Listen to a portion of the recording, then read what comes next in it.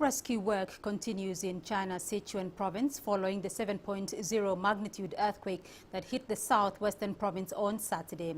Crews are making the most of the 7 last so-called golden rescue hours, during which survival rates are highest after an earthquake.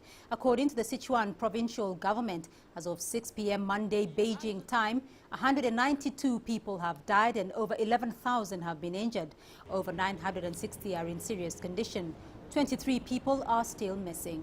By 10 p.m. Monday Beijing time, over 2,600 aftershocks had been recorded, with 4 aftershocks above magnitude 5. The People's Liberation Army Air Force on Monday carried out its first airdrop operation to deliver food and water for survivors. Power has been restored in 336 villages, while sanitation and disease prevention work has also begun. Communication has been restored in 14 towns. The National Meteorological Center says rain is expected in the quake-hit area Monday night, making work more difficult for the 22,000 people deployed in rescue efforts. Well, rescuers have been working around the clock to get to quake-affected areas, but progress hasn't been easy, as our reporter Zia Riziu reports from the main road leading into Baoxing County. This is the only road from downtown Lushan County to Baoxing County and Longmen Village, the hardest hit areas. Rescuers have been trying to get to these badly affected areas, but have been held back from getting there. Help from volunteers and rescuers alike to be too much to handle.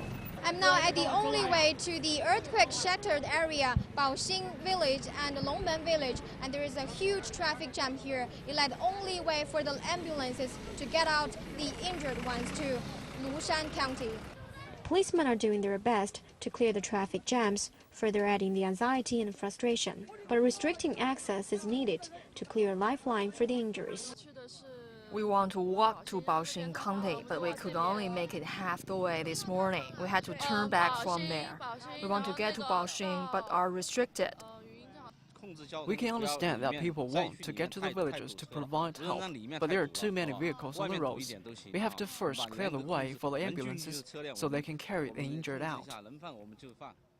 The local government is urging people not to go to affected areas to help with the rescue efforts.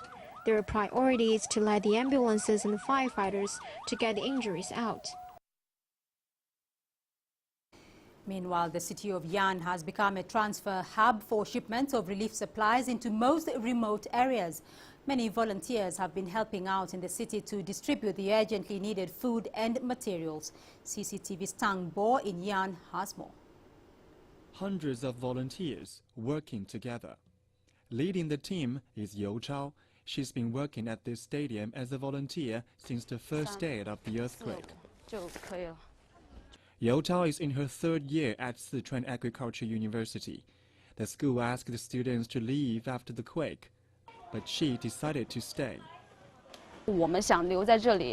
Actually, I'm free to go, but I want to stay because I want to do as much as I can, though indirectly, for those people who are still trapped in the disaster area. Most of the volunteers helping load and unload supplies are male, but Yao is just as willing to join in the hard manual labor. I'm very strong, as much as those boys, so don't look down on me. I can help.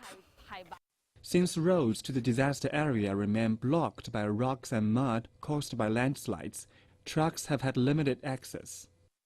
Yan Stadium has become one of 4 transfer stops in the city where relief supplies are stored while they wait to be sent into the affected areas. The stadium has played an important role for delivering supplies needed in the affected areas. But the problem is we don't have enough people to work here as the supplies pile up.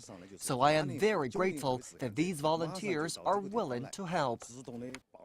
The volunteers are a small but important part of the rescue efforts. In the stadium behind me, they've been loading trucks with the relief supplies for the worst hit areas. Rescuers have reached the most remote communities in Baoxing and Lushan counties, but heavy machinery and trucks carrying supplies must still move slowly along roads which remain partly blocked by landslide debris. As a result, the relief supplies still have not met the demand, but the local government and the army have been working to clear roads and the traffic situation is getting better. For now, Youtao is loading food and water onto a small truck, and she's ready to keep going as long as her help is needed. 汤博 CCTV 雅安 Sichuan Province.